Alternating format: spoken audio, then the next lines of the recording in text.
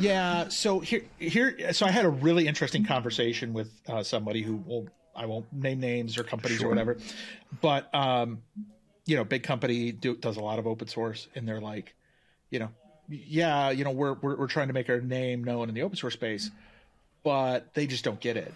They view it as completely just a business strategy to, a freemium model, right? And you would be surprised if I told you who the company was, right? And it was like, yeah, that's what they're there for. That's how they open source, right? If it has to be part of that freemium model.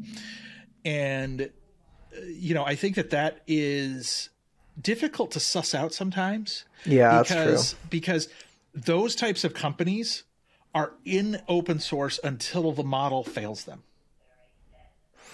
I mean, I feel like probably most people are in open source until the model fails them, right? Like, what's the point of being involved in a model that doesn't work for you? Well, okay, there's different levels of success. Yeah, yeah. Let's be honest. And where do you draw that line, right? Right. The level of success for a $1 billion company has a revenue number that's much higher than somebody just starting out. I mean, totally. If I can make a couple $1 million a year and I have, little expenses and, little overhead, yeah, maybe I'm good. Maybe that's my lifestyle company that I want. Right. Right. Or even like companies that are in that small mid-size space, maybe like, hey, our growth trajectory, we want to hit 100 million. That's our focus. And we can hit 100 million, being that core open source. Or, maybe you're people like Bruce, who we just talked to today, who's like, I just do it because I love it. Right. I do this because I love it. And I love the ecosystem and things. But, that doesn't mean that open source can't be part of a commercial strategy.